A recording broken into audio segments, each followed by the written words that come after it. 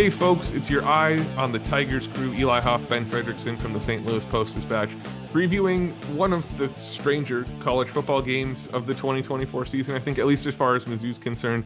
The Missouri Tigers playing a game against UMass in Amherst, Massachusetts. It's a weird one and some whiplash, given that the Tigers were just down at Kyle Field in College Station with like 100,000 fans and are going to, I think, 17,000 is the capacity up there. So a kind of strange game.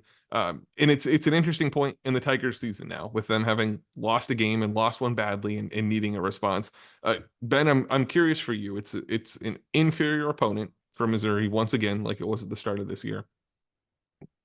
What do you think Missouri needs to go and show in that game? And I guess the kind of secondary question, is there anything that you can really take away from this game? I'm curious your thoughts on what you'll be looking for from the Tigers. Yeah, Eli, it's not an interesting game, and we're not going to try to convince folks it is. It's a dud of a game, one scheduled that never should have been scheduled. And I do think the only good thing you can say is I doubt Laird Veach, the new Mizzou AD, would let this happen on his watch. So we'll leave it there. But I think that it's interesting in the context of what Missouri showed last time out. We saw Missouri kind of take a punch at Texas A&M. They got some bad calls that went against them, and it was really their lack of response to that, lack of positive response that defined the game. Not the bad calls, but their inability or unwillingness or combination of the two to shake it off. They kind of let it just devolve from there. So, what do they look like the next time they take the field? That to me is interesting, no matter who they're playing. Do they look like they are responding to the lessons learned against the Aggies at Kyle Field, or do they look like a team that maybe sees some cracks that they wonder if they're going to be filled? You come out of a loss like that one of two ways. Either you're motivated by it and you've used the lessons to get stronger as a team, or you start to let that kind of defeat become a little bit of your identity.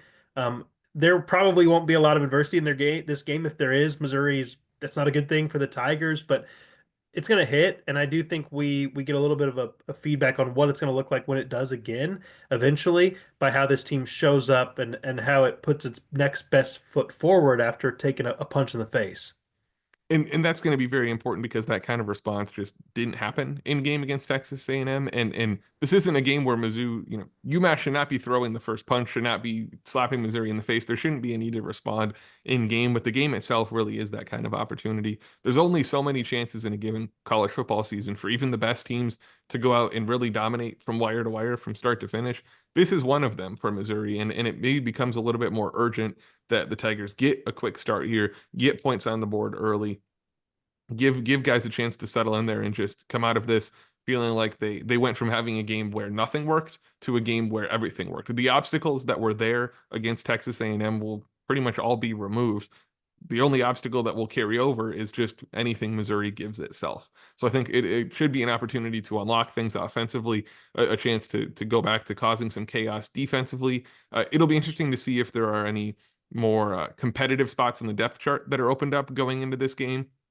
It's a little bit lower stakes being against UMass. So if Eli Drinkwitz and company, want to try out a new combination on the offensive line, want to give somebody snaps at a defensive position who hasn't been getting them, that should be more workable in a game like this. That'll be something that I'll be watching for. We'll be one of, I think, the few media outlets to have somebody on site for that game. I'll be up in Amherst this weekend, if nothing else, enjoying some New England fall colors. So be sure to check out the St. Louis Post-Dispatch and STL Today for all the coverage of Missouri's oddest non-conference contest. And for more analysis like this, you can always listen to the Eye on the Tigers podcast. We put out shows weekly. Our newest episode, where we unpack what happened in College Station and preview this weekend's game against UMass, is out now. You can find the Eye on the Tigers podcast wherever you get your podcasts.